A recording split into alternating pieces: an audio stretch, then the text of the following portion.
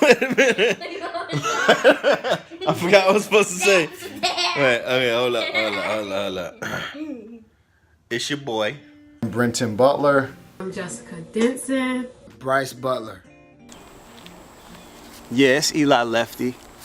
My real name is Breland Butler. Yeah. Charity Denson. Tiffany Gary. Brandel Butler, the Key of Destiny, aka the World Class Singularity. Raquel Chardonnay Gary, not the wine Chardonnay. So spelled differently. Ask me afterwards. Jarrell. Try to get this thing done so Breland can shut up. J-Dub and fam, hailing from the L-Dub, Lake Worth. Norcross, Georgia. Dallas, Texas. Boynton Beach, Florida. The universe. Orlando, Florida. But representing Delray Beach. Delray Beach, Florida. So Grandpa Rev. Grandpa. Grandpa Red. Does he even have a real first name? First of all, let me back up. I don't call him Grandpa Rev. I call him Dagwad. Dagway. Dagwan. Dagwan. Dagwa. Oh, it's Richard. It's Richard. Yeah. Okay, that is my Dagwad. And if you want to know the story behind Dagwad, feel free to ask the oldest grandchild, Jeffrey Williams, and you can hear the story about how we got that name. So, about my Dagwad. I can't think of just like one word. I'm trying to, let's see, one word. Describe Grandpa. Question 3, Richard was. Are we gonna start this video? No, he'll cut it out. He'll cut it out. What was question I don't three? forget what question 3 was. If I had to choose one word to describe you, it would be Strong. A trailblazer. Compassionate. Grand. Gracious. perfect. It would be truthful, honest. You're gonna be 100 all the time. I'm supposed to just use one word, but I'm gonna use two. He's the best, period. He's the best grandfather. He's the best pastor. Yeah, I said it. He is the best everything. And I just love him so much. And I'm so happy that I can still share my life with him now. One experience that I will never forget with Dagwan. Well, one that sticks out to my mind is when he came up to New York to see me play my freshman year. And I believe that was the first time he had ever come up to New York. And he flew up with my dad, and he got to see us play. We got to win against Saint. Who did we play? It don't matter. It don't matter. Anyways, we got the win. I remember him saying that he never saw snow in person, and when he was on the plane, that before he flew back, snowflakes started to come down. So he never got to physically feel the snow, but I remember him saying that he got to see it for a change. An experience that I'll never forget with Grandpa. I can say two real fast. He never took me fishing at the, what was the name of that place? I don't remember. And Chili's. Went to Chili's a lot. Like so much to the point like now, like I don't even go to Chili's like that anymore, you know what I'm saying? But I still love Chili's, you know. No one can like dislike Chili's, you know. You smell me? You smell me? Next question. My most memorable moment with Grandpa is a recent one. When I was in college, I got a chance to write a paper about him. So one day I remember he took the time out to speak with me for an hour, probably a little bit more than an hour, and basically just gave me a backdrop of his life. You know, how he met Grandma, how he was in Hawaii training for the military, you know, to him playing the musical instrument. You know, I didn't know all those things. So it was memorable to me because he was basically opening up his life to me and telling me stuff that I didn't know and that I will only know, you know, through talking to him. So that was a good time because I just remember just being like, dang, like, you know, I didn't know none of that stuff. So I'll probably say that's my most memorable moment. An experience that I had with Dagwan would be when I was in middle school, I think like the 7th grade. One day, me and my sister were walking to our bus stop to catch the bus, and our neighbor had a dog. So while we were walking, like this dog just snuck up on us and like started chasing us. So we ran back to our house, and I remember I just called him, and he came and picked me and my sister up, and we ended up being late for school.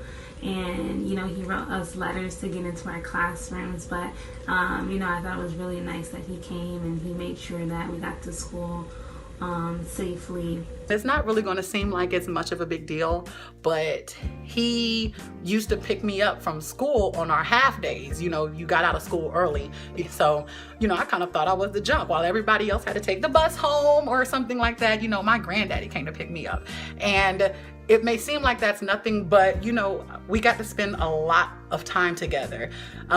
It's not like he just took me home. We would go out to eat all the time, to the Boynton Beach Mall, A&W, and I would get my hot dog and my root beer. I remember it like it was yesterday. And I would just have so much fun with him in the car. You know, he's always pointing at some building that wasn't there back when he was little, and it was just a bunch of grass and cows, and I would always, you know, laugh when he would tell me these stories. And it's funny now though, because now I'm older and I do the same thing when I come back home now. It's crazy. But anywho, that's a great memory that I have of him being able to spend some time with my grandfather when other people probably didn't have that chance, and just spending some quality Dagwa and oldest granddaughter time together. I'm gonna take it back to middle school when me and my brother Corey used to have to ride our bikes to middle school, and I hated riding my bike. And, you know, at times when it used to rain really bad, Dagwan would take me and Corey to school. For loose dogs in the neighborhood, I'm like, Dagwan, can you please take us to school? And you know, he would laugh and he was like, sure. But sometimes he's like, I'm sorry, I can't take you this morning. I would just have to deal with it. But just to get in that car and just admire, and just the man that he is, having Clint Brown blasting out the car, Joe Pace, Blind Alabama Boys, all of that. And he used to have, and I think he still does have, a Jesus gold ring. And you know, he's just tapped in that gold ring on his steering wheel, humming like nothing in the world is bothering him. And then, you know, with all of the stress that, you know, that could be upon a man, he is like nothing, you know, would bother him. He was always in a positive, happy mood. Never seen this man mad a day of my life. Experience with Grandpa that I will never forget is pretty much my childhood. For some time I got to stay with him, got to grow with him, learn who he was. I remember waking up some mornings or even late nights before we would go to bed at 9 o'clock when we had curfews, because Teresa Denson didn't play those games. He was fix a bowl of cereal, and it looked like a gourmet meal, chop up bananas and strawberries and add a little sugar on top of his Raisin Bran and Cheerios, things like that. As far as him, like even playing Sega Genesis with my dad would always lose, of course, but those are experiences that I'll never forget. Just seeing who he was for who he was, and he always looked out for us and put a little change in our pockets every now and then unexpectedly. One experience, couldn't really narrow it down to one, but when I go over to his house just to chill and hang, and he talks about his old times. And you know, I ask him questions. My favorite one is, did he celebrate Christmas when he was little? Because I didn't feel like Christmas, the celebration of Christmas might have been different or didn't exist. I don't. And he went on and on and on about how those Christmases were the best Christmases ever, and he was explaining to me, you know, what they did back then in those times. My favorite moments are just hanging with him and being with him.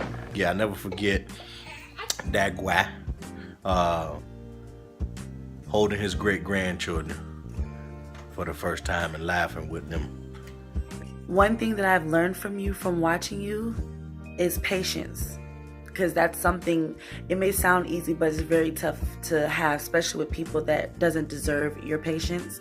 But you're like perfect with that. You know, I learned a lot from Grandpa Rev Dagwan. Most of y'all may not know this, but I spent most of my batteries dying. Spent most of my life underneath the same roof as Dagwan. So, I mean, I learned how to be a man. I learned how to be faithful, trust in God, be honest, and a good person in general. Big role model to all of us in our family down here, you know what I'm saying? So, one of the greatest grandpas to ever live. Because I only had I guess I had 3, but you know what I'm saying? Something I learned from watching Dagwan, or learned from his life, is that it pays to be a good person. Him always being humble, he always persevered no matter the obstacles he faced in life, whether it's church related or his personal life. I've never seen him angry or mad or even yell at anyone. His kids would say otherwise. I've heard stories, but I don't believe it because I've never seen that. Maybe because we are the grandkids. But I would say one thing I learned, that always to stay humble no matter what you face, because God got your back at the end of the day. It's one thing that I look at when it comes to my granddad, how he's influenced me in my life, is his forgiving nature. The way he always has his arms open to people who I believe maybe even have hurt him, in the past. He never holds a grudge against anybody. He still will be there to help you. You could do some crazy things to him, but guess what? If you come and ask him for help, he's going to help you regardless of what you did. And I admire that about him being a young adult now, seeing that, when I was a kid, and now rethinking about those things as a young adult. I'm just like, wow, I wish that I could be more like my grandfather when it comes to that. He actually lived this thing out. He doesn't fake it. He doesn't act a certain way at church and then act a certain way at home. He is a real authentic person. Whatever you see is what you get. And you cannot say that about a lot of pastors, and you cannot say that about a lot of men. He's his way, and I just love how he admires my grandmother, and how he's always joking with his kids and grandkids, and I just love his positive demeanor. Just how faith is just crucial for us as believers, and him being the head of the Butler family and just carrying his faith, his belief in Christ, and that passing down generations. It's just shown just how strong he's had to be through all the trials and tribulations that he's been through, and that he's kept his faith amongst all those things. And we are who we are because of the things that he's done and the foundation that he's laid for us. Well, as you can see from the rest of these videos, being that I got to edit it, I really got to, sit back and watch all of the family, speak on Grandpa, and I really realized that we always smiling, we're always just tend to be happy people, and I feel that's all came from where it started, from Grandpa. We're all we always having fun, and we're always just joking and smiling and having a good time, and that's all come from you, just not stressing, not having, not thinking so hard about everything all the time, just living, just loving life, and we're all that way. I can't think of not one of us who is just stressed all the time and hurting all the time. Like, of course we all have our times, but these smiles, these are real. This is us, and it's beautiful. And so I just want to say thank you for holding us, loving us, teaching us, preaching to us, believing in us, for carrying us, laughing with us, talking to us, praying for us, taking pictures of us. Thank you for making us. I love you. We love you. Happy 80th birthday, Grandpa.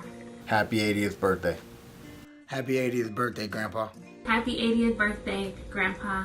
Happy birthday. Mwah. Cool. Happy birthday, Grandpa. We love you. Bye, we love you. Bye, we love you.